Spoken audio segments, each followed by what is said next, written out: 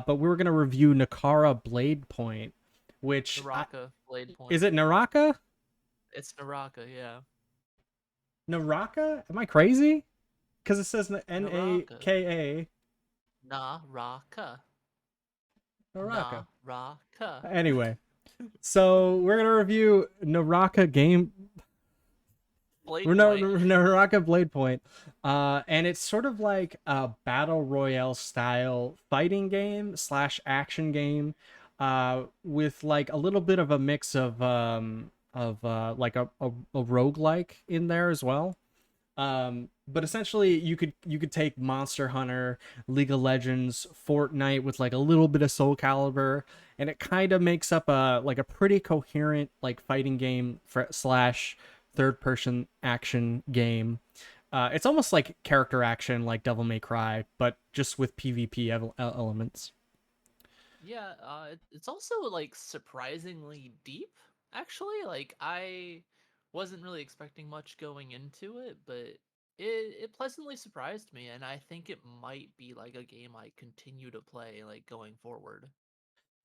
Yeah, I know that I didn't necessarily get to play it for the 35 hours like you did, but Yeah, you know. I I think we played it for maybe an hour or two or something like that, and it was really fun. I was hooked. You Yeah, know, right. I was surprised how easy it was to get into it. I just did the tutorial, and I just got Quint to run me through the game, and it was very fun. Yeah.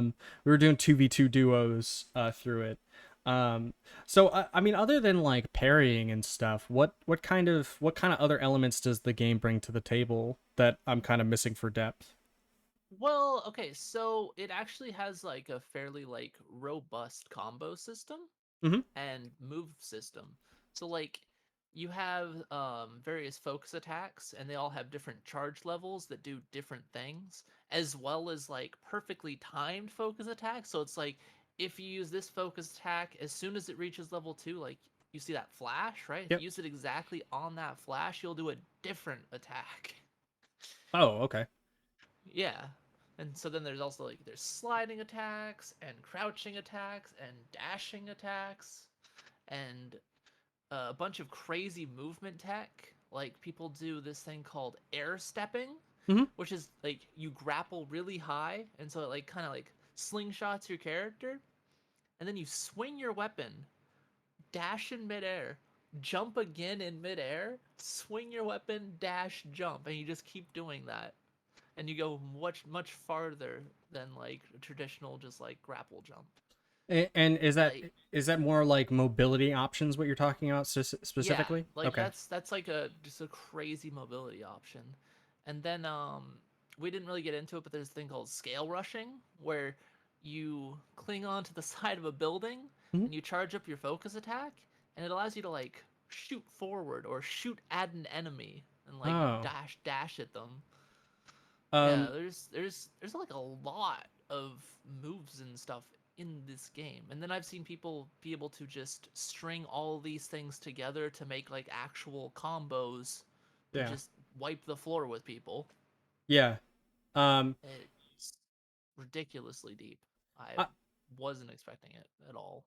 Yeah, I mean, I wasn't thinking about the like clinging to the wall thing, using that as an attack on someone, because in the tutorial they only show you that as like a way from getting to place. Yeah, So exactly. I wasn't even thinking that, and I know like while we were playing, you were saying, oh, when you slide, you can jump after it. I see a lot of people doing that, Yep. or dashing and then jumping, and I was kind of trying to play with that a lot after you kind of said it. And I mean, I don't know how well your mobility was, but you were definitely ahead of me kind of far. So maybe that was why. Um, It seemed to help, you know? for sure. Um, but I was really impressed by the game just playing it for the few seconds that I did. I would love for to be able to get like three people into a lobby, and then go out and do 3v3 teams or something. Oh yeah, Um, that'd be fun for sure. I so know that Chewy started playing apparently, so yeah, maybe we'll have to ring him in to play some. hit up Chewy. Yeah, he's So probably played more than me.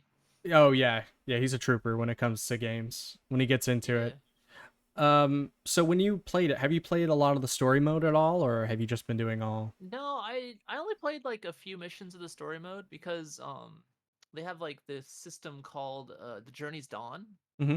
And what it is it's basically a way to like ease people into the game, and so it has like these per level like quests essentially. And some of the quests are like, hey, go into the PvE mode and clear this stage, and then you get a reward. And so I've basically only have done the bare minimum PvE Oh, and okay. focus mostly on the PvP. But what I played of the PvE was actually pretty fun. Mm-hmm. Like there's bosses with like mechanics and stuff like that that you have to actually respect or you die. So that's always fun.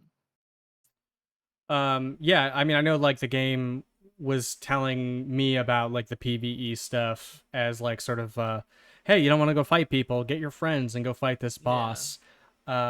My only thing about like PvE bosses is that they're always like absurdly difficult. So I don't want to Yes. I don't Felt want that. to the only thing I don't like, that's the only thing I don't like about Monster Hunter is, you know, when you're kind of, it just, bosses take so long to die a lot of times if you're not high level or you don't have high level equipment. So I don't know, maybe we'll ease into that, check it out a little bit later. um I'd but be willing to check it out. What little I played was fun. So it seems like a solid, actually well thought out mode rather than something that was just tacked on, right? Because like to tick a box. yeah. Yeah. um so basically I think I forgot to mention this too, but like the game does have like a very like Chinese journey to the west style. Yeah. uh and I don't have all of the characters, but like when you actually initially get the game, you only have four warriors. I don't remember their names off the top of my head, but I was using this monk character, who I think was like a Tien Shenhan like Oh yeah, character. Tianhai. Tianhai, yeah, yeah, Yeah. yeah. And you know, I was like trying to find, you know, the third eye to put on him and all that, but I couldn't find it, unfortunately. Maybe that he'll have a costume later on down the road. Yeah, maybe it's there somewhere. I hope so. Yeah. But it's very like heavily Chinese, like Wuzhai, if you know what that is. It's kind of like the mystical arts, kind of like swordsmanship, crouching tiger, hidden dragon kind of stuff like that. Yeah, It's very, it seems very inspired by that kind of combat and like atmosphere because you have people just like flying all over the place and swinging their swords. yeah. That makes And then sense. magic. There's magic. Oh yeah, I haven't seen all the buffs yet, but I mean, I think my character had like he turned into like a giant. Of course, he turned into a giant like four-armed guy, like, you know, Tian Shenhan, and he was able to like punch and throw people and stuff. And I remember I was like surrounded by like five or six people, and I was like punching down at the ground at them. It was pretty fun, man. Picking them up and tossing them. Yeah. And but yeah, it was a good time, and I'm actually curious to see what the some of the other buffs are. I know I saw someone who had like a poison, like they were able to poison other people or something like that. That was actually a environmental thing. Like Oh, okay. in the swamp area, if you hit the mushrooms, they release like toxic spores, and anyone in that area gets infected. And you take Oh. like a percentage health of your damage, until the poison ticks off. So like what are some of the sort of like super moves and like like buffs that your characters do have? So like it varies pretty heavily, but like for example, one of the starting characters, Viper Neen, Mhm. what she has is she has like she can like swing her sword and like shoots out like a wave that knocks people away that Mhm. she uses as like a strong defensive option. Or she has her ultimate where she like stands in place channeling and like an orb appears around her, and if she channels that whole time and you're stuck in the orb, you get stunned for like 3 seconds and she can just wail on your face. Oh. It's pretty heinous, but you can like beat her by like line of sighting it. So like if you run into like a building or you get outside of the orb, then it won't stun you. So like there is like counterplay to that kind of stuff. So is it just like a giant AoE? Uh, Yeah, it's just a huge AoE with like a line going towards you to like indicate, hey, you're being channeled on, and you're gonna have a really bad time if you don't move. yeah.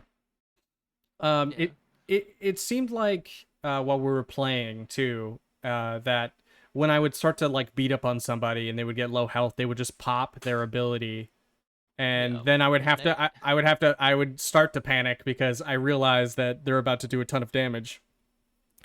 yeah, Um, or heal, or just like turn into like a boss monster. Who knows, right? yeah. And it really seemed like the best way to kind of get at someone was to flank them and sort of just not go at them straight on, because when we were most successful, I found, like early on in the game, it was because we just happened upon other people. I mean, other than just being a team, like kind of just getting at people like they were attacking you, and I would just like grapple hook into somebody. um Yeah, that's right, it does have like Monster Hunter style like grappling hooks you can use, or even yeah. Sekiro, I think, has a Yeah, grappling hook. I think it'd be closer to Sekiro because like you can grapple onto people, and if you grapple onto people, it kind of like slightly stuns them, and so it opens them up to being attacked, or it stops their attack. Mm-hmm. Like a guy was comboing me, and you grappled him, and that stopped his combo, and I was able to get out and survive, for example. Yeah, that was a lot of my plan, was like essentially people just start to flank you or they would double team you, and I would grapple one of Yeah, them because I was hoping that they would just get off of you. And it worked. yeah, hey, it worked. Yeah. But yeah, man, the game was really good. Were there any kind Very of fun. like particular highlights like you wanted to? Um, I'd like to highlight how even if you have like weaker gear, Mm-hmm. there's a lot of room to outplay people with better gear, and I really like that. Like from like a fundamental like battle royale stance, because you drop in, you don't always get the best stuff, and then you're like, all right, cool. I just lose because this guy's just gonna like take his gun or whatever, and I'm dead. Mm-hmm. But in Naraka, it's more okay. I have crappy weapons, but I can make this work because I can outparry. I can like parry them, and then they drop their weapon, and then I can pick up their weapon and beat them to death with their own weapon. Mm-hmm. For example, or you could outplay them with like grappling hooks, or you could just simply like win the rock paper scissors on repeat and win that way. It's just the skill expression I feel is a huge draw. Yeah. Also, Yeah. the game's gorgeous. The game is very pretty. Like I run it on lowest settings, and it still looks really nice. Really? Yeah. I thought it looked okay. I wasn't particularly blown away by it, but I mean, For a maybe I'm battle also royale, dude. for about. Think about it. There's like 12 Okay. people on your screen at once, and it still looks like that good. Eh. That is true. The only kind of like one caveat, like performance wise, that I would kind of knock it down like a notch is, I think the online can be kind of shoddy at times. Yeah, I've noticed that. Like, if people's internet isn't super consistent, then sometimes they will like almost teleport around a little bit, which is really unfortunate. But for the most part, it's hasn't been that poor in my like quite excessive amount of play at this point. Yeah. But I'm not gonna say it's all like fantastic, super amazing, because it also has like a fairly upfront like monetization thing. They want you to buy those cosmetics. Yeah. They want you to be like, hey, here's like the deal of the day, man. Throw me some money, I throw you some nice things, eh? But at the end of the day, it is all cosmetics, and they don't have any actual effect on the gameplay other than, oh, maybe like there's like a splash of water or something like that when I swing the fancy trident, you know? So Yeah. it's not that bad. Yeah, I mean, I think the first thing I wanted to do was like it definitely is like, everybody cool is behind a pay window. And it's like, Yeah. oh, I want to try the tiger guy, but like I don't know if I like this game yet. So I think that's one of the strengths of the game. It is free to play. So if you Yep. don't know if you like this type of game, or if you're not sure about it, you can just buckle in, download the game. I think it's only like 37 gigs or 27 gigs, something like that. Yeah, it's not that big, compared to the current gaming scape where you download 120 gigabytes of game. Yeah. So you can kind of jump in, try like a cast of like four people. That's all I had was four people. See if you like the game, the characters, or see what other people are doing that is pretty interesting, and then just sort of decide from there, hey, do I want to buy this game? But there's no sort of like, you can't play it all. You can just pick it up and play. Yeah. I can play with full games with Quint, and there's no I kind mean, of short you ended don't games. even have to buy the game. You can still unlock characters. It's just they have it like a slower progression for the free to play. Oh, okay. That's all they did. So like you're limited to, what is it? It's 35 hero coins per week, Hmm. right? And then it takes 100 hero coins to unlock a new hero. So it'd be 3 weeks of playing occasionally, and then you get a new hero. Whereas if you buy the standard edition, you get 300 hero coins straight up, and then you have no cap on how many hero coins you can buy per week. So you can like rapid fire your progression. But if you only end up caring about like one or two heroes, then that just doesn't matter. Because it seems to have like an emphasis on really learning what each hero can do to maximize your gameplay. Yeah. Um, and I kind of think like this game is one of those interesting sort of hybrid games. And I think it's the first game. No, it may not be the first game like this. Like, what was the game that like just got canceled recently? It was like a battle royale like wrestling game. Oh, Rumbleverse. Yeah, so we're starting to Yeah, it, see it was Rumbleverse esque. yeah, we're starting to see like fighting game genres blur into the battle royale genre, where it's not Yeah, just like the shooter. it's uh pretty hype. I think it's pretty hype. Naraka, I think, has been around longer than uh Rumbleverses though. oh, really? Yeah, it just recently went free to play, but it's been around for like a couple or a few years now. um do you have any kind of like end story or inside or backstory on the actual company that made the game? I don't actually. I know they did a lot of like mobile stuff for a bit, Yeah. and then I don't know where it went from there because it's done it's published by NetEase and then developed by 24 Entertainment, which I think was made with a group of people that had worked on stuff like Perfect World and stuff like that, Okay. if I recall correctly. And you can kind of like see that when you play the game Yeah. as like the strong Chinese like mythology in it. um it also has like a kind of a big mobile feel though, like for sure.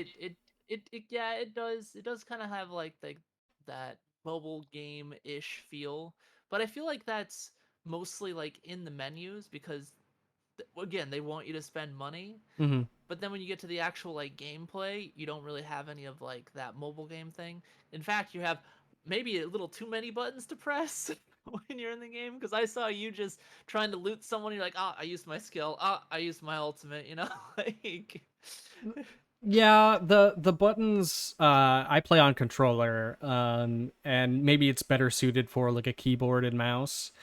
But it has some weird button inputs. Like it has L3 and R3 used within combinations of L2 and R2 to be able to do certain moves, and I don't want to use L3 and R3 to do some moves. Like it just doesn't work. It doesn't feel right. It doesn't feel right for me. Yeah, I could definitely see that because mine's as simple as like clicking around and using like Control WASD QE and stuff like that. Yeah, Yeah, a little so I bit. could see where there's too many buttons almost for a controller. But I have like looked into like the pro scene, Mhm. and it's actually pretty well split between like controller and keyboard and mouse. So that's something interesting. Like I know a lot of people rebind and remap things on the controller to make it more accessible. So Yeah. that might be something to look into if you want to continue playing. Yeah. Yeah, so it's definitely something that I might have to watch some competitive gameplay just to cuz first of all, I'm curious to see how people use those movement options and It's crazy. what does it actually look like? What is like a game that could be a shooter look like speed wise in, like a battle royale like PvP type situation? Because a lot of times for me when I've watched like competitive shooters, everything's happening at the speed of light, and I can't always keep track of like what's going on. A lot of times I see people shoot and it looks like they've shot nothing but they shot somebody, and I'm like, how is that, they're dead. I'm so far removed from like the competitive shooter like space that I'm like seeped in it. I've been playing like Counter Strike since I was in freaking middle school and stuff like that. So I kind of like have like a finger on the pulse for that kind of stuff. yeah. So I'm the opposite. Whereas I'm actually newer to like fighting games in general, like taking fighting games serious. Whereas you have been taking fighting games fairly serious for a much longer time. I would play a lot of. I started in 2D. It's why like Yeah. Tekken is so foreign to me a lot of times because I'm like, I should be able to press a button here. No, you can't. You can't press a button here, but I really want to. I could press this if I was playing any other 2D fighting game. It's like, no, this doesn't work that way. Um, NARAKA but has kind of a similar thing going on, actually, to piggyback off of that. Like you just press into like their blue focus attack, and then suddenly you're eating the dirt. yeah, for sure. So, with Naraka, I don't know why I called it Nakara. I have no I don't idea. know either. Anyway, uh, with this game, yeah, it is Naraka. Yeah. It's yeah, it is Naraka. Anyway, anyway, with Naraka Blade Point, Dyslexia? I what don't know. probably, don't worry about it. Y'all know what I mean now. What rating would you give this game?